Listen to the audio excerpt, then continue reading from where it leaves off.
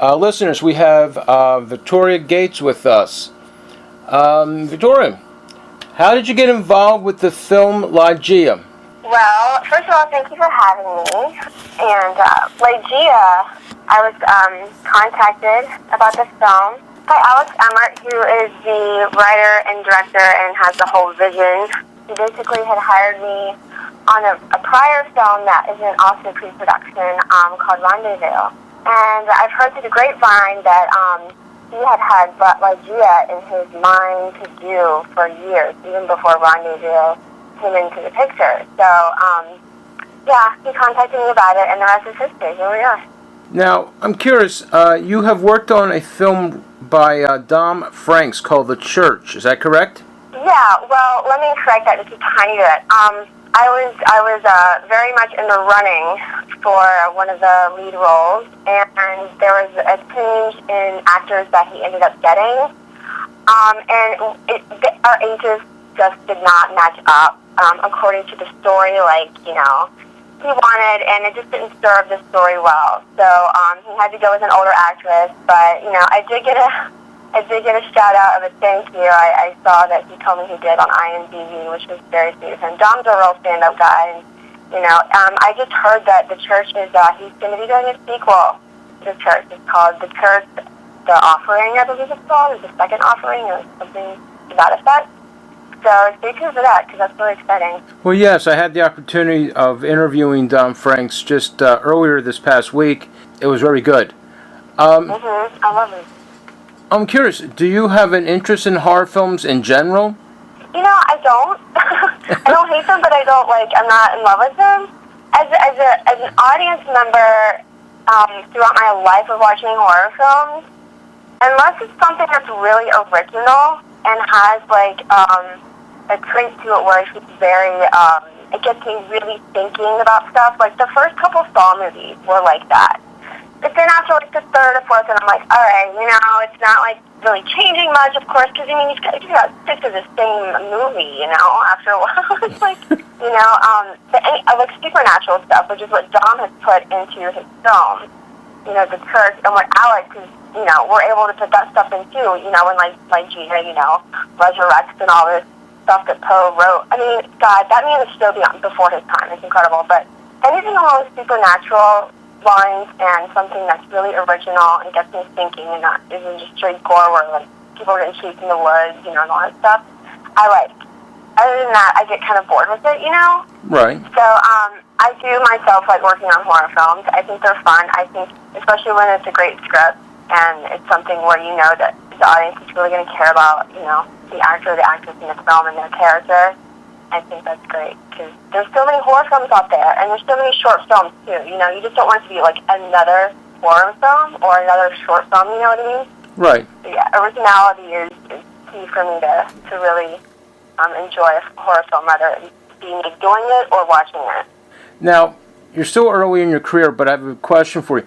What has been your most challenging role to date, regardless of the genre? Oh, man. I know, it's a tough question. Well, off the top of my head, it's, this is actually a given, because when I first started, 3.5 years ago, I was cast in 2 one-act plays. And live theater is so much harder than doing film on several levels, but then also there's different challenges of doing film versus live theater. That being said, I got cast in 2 one-act plays when I first started studying with Kenneth McGregor. He's a veteran actor. He's terrific. You can see him on a lot of stuff. Google him. He's great. But he's a teacher here in Philadelphia as well, and he cast his students in 2 one-act plays. I got cast in both. I was the only student to get cast in both as a lead, and in the one that I did first, the first week of the run, is called Within the Skin of Things.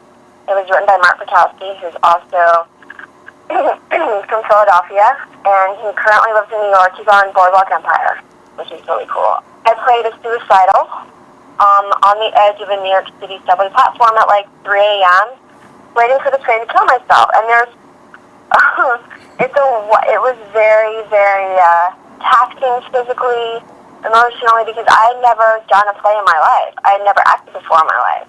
So I had those 2 things against me, and then just the rehearsals, and the time spent, reaching in and bringing out all this rawness of the character is she in that. She doesn't have a specific name. Her name is she. I remember there was one weekend where I was doing that show, and I got food poisoning. Oh my gosh, I must have gotten sick about 18, 20 times within a 12-hour period. I tried to drink some water before the show, and I ended up coming back up too. So I had zero sleep, zero food, zero water, and I had to do 2 shows that day. They were the 2 best shows I did the whole entire run, because I was just so raw and everything, and just I had no choice but to just be, in that moment and do what I could. But I would have to say that one was definitely on the top of my list. I'm trying to think of another one was a short film I did for a Temple student film a couple years ago, and I played a heroin addicted prostitute. I've never done heroin, I've never seen it, I've never been people around it that are on it or that have done it. I didn't know anything about it. So, and I'm also not a prostitute. So there were 2 things that I really never, has been around or has done. So taking on that role, and I had to do research, and you can't really Google or YouTube heroin addicts and nodding off and all that stuff, because they shut that down on YouTube. They don't allow those videos on there. So I had to go into my life and ask people, find new people that did it, get the nodding down, the physical traits of being on that kind of drug and this and that and the other. So that was really challenging. So I'm taking it that do you enjoy theater as opposed to film roles, or which one do you prefer? That's a tough question. I think I prefer film because I think you have more of a lasting impression, and film is forever. Theater. The reason I think that I do theater is because I used to be a professional ballet dancer. I was with the Pennsylvania Ballet for 5 years, and I never even, as a little girl, aspired to be a ballerina. You know how little girls are like, oh, I want to be an actress or a ballerina. Those 2 things I never even thought of. I was riding bikes and going to the pool every day of my life. I had such a normal, just tomboyish kind of childhood. It's almost like the same way I got into acting. It's I don't really have a choice in the matter. It's I'm supposed to be on center stage or in some sort of camera or in front of some camera or on the spotlight, I have no choice in the matter. I just end up being there. So I think from my being on stage dancing for so long, being on stage and doing theater is it's so, it's home for me, man. I don't even know how to explain it more than that, but it's I'm there and I breathe, I can breathe, I can just And for film, there's just so many, they're so different. But I think overall I do prefer film. I can't really explain why. I just like the whole process a lot more, and I like that it has that lasting impression that theater doesn't have. Okay. It does sound where the theater, as far as I'm concerned, for actors to aspire to do theater first, at least so that way you're able to project yourself, project the character you have to perform with, and you're good at coming out on a stage, finding your mark without looking at the floor, and they do in some films I've seen. Exactly, yeah. That's something you have to, that's something I'm really, really fortunate that I have already under my belt, is looking for your mark, finding your light. Finding my light doing theater versus being a ballerina was different, because in theater you're usually always dealing with a smaller stage, a smaller set, a smaller space altogether. And I performed at the Academy of Music for 5 years. I was a little spoiled back then. I didn't know it, but you have wings of 18 rows of lights. So you don't really have to find your light exactly unless you're on a specific spotlight per se. But that spotlight always finds you. I find it really, really, really important for an actor to always try theater. If you want to be or are a film actor, I think it's really important to do theater, because for me, my experience, one, it makes you a quicker take on film, because in theater, you're live. You don't have a second chance to, be like, oh, can we do another take on that? No, you have to keep the show going, And so you are forced to have to learn your lines. If someone flubs up, you have to go along with it, and boy, it's like time stood still, man. I've had that happen between actors and I a couple times on stage, and we just keep going, That's how you know, professionals from amateurs, but you just look at each other and you're just kind of But I find it very, very, very, very, very, very vital to my film work doing theater. and doing it often as I can, because it makes you that much more better on film. That's just my opinion. So, and I know a lot of directors who actually prefer to hire film actors that do theater. Not every single one, but a lot of them really, really, really, really prefer and like that. Well, yes, I have read many articles where directors and, some of those famous directors, the Coppolas, a couple of those like that, and it's just a matter that they prefer an actor who has done theater. They know, gee, I'm going to get this take done in at least one take, if not 3. Do you have any aspirations in the theater, maybe to go to Broadway and to maybe one day earn a Tony? That would be awesome. I don't really have any aspirations to achieve that. I mean, if it happens, awesome. But I don't really have any aspirations for that exactly, no. Not at the moment.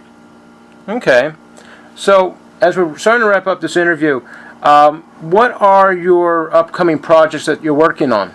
Well, I don't really do theater at the moment. One project I'm going to be working on in the next couple weeks, coming up in August, is a short film for Project Greenlight. I don't know if you've heard of that, but it's produced by Matt Damon and Ben Affleck.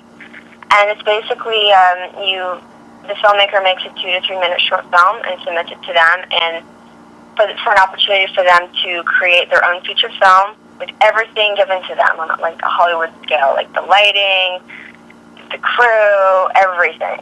So I'm doing a lead in one of those projects, and I have another project coming up for a commercial for a local company here in Philly, and I'm the lead in that.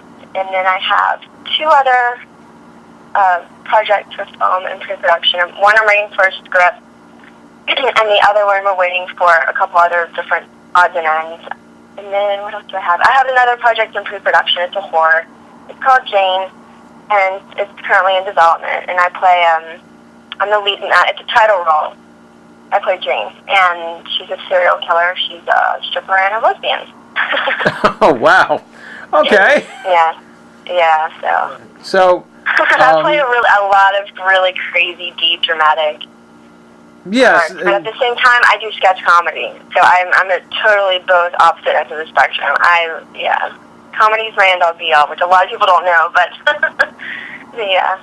Well, no, I mean, in horror, a lot of times from my understanding, I've been on set to witness this, occasionally the scene breaks down into a comedy routine.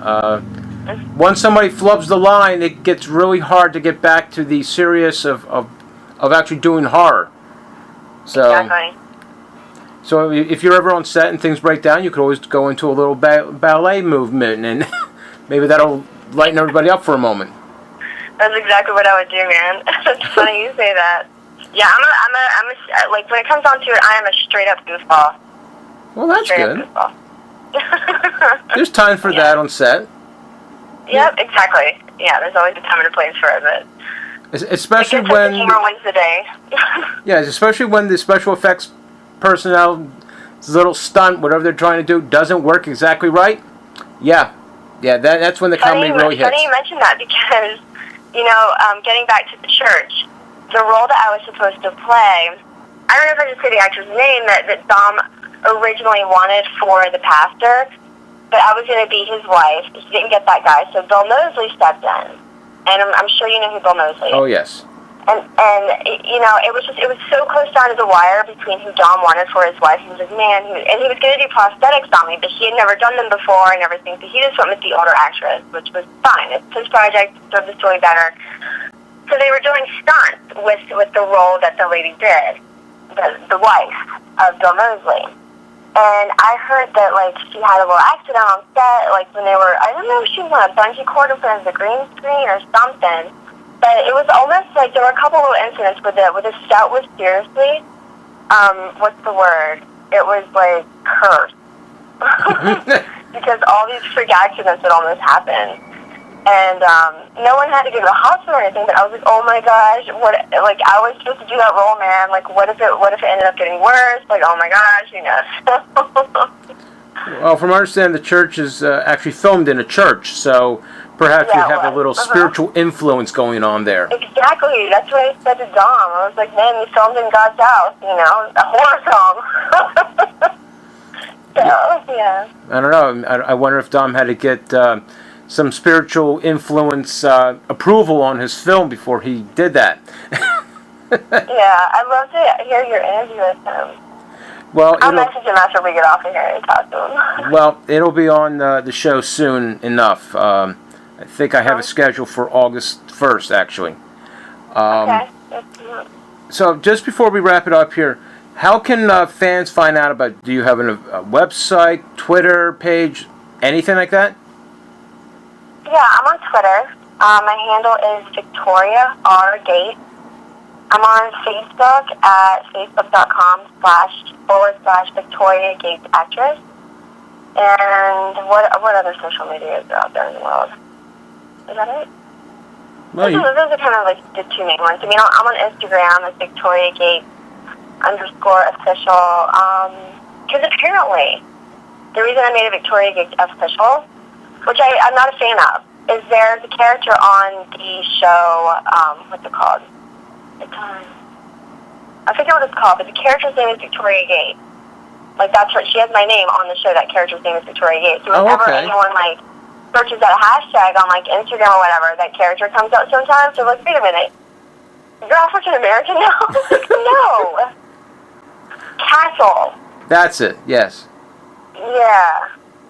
Yeah, So, Castle is a little of a popular show, so yes, tell the listeners there, be careful when you put Victoria Gates in, and if you find Castle, you found the wrong person.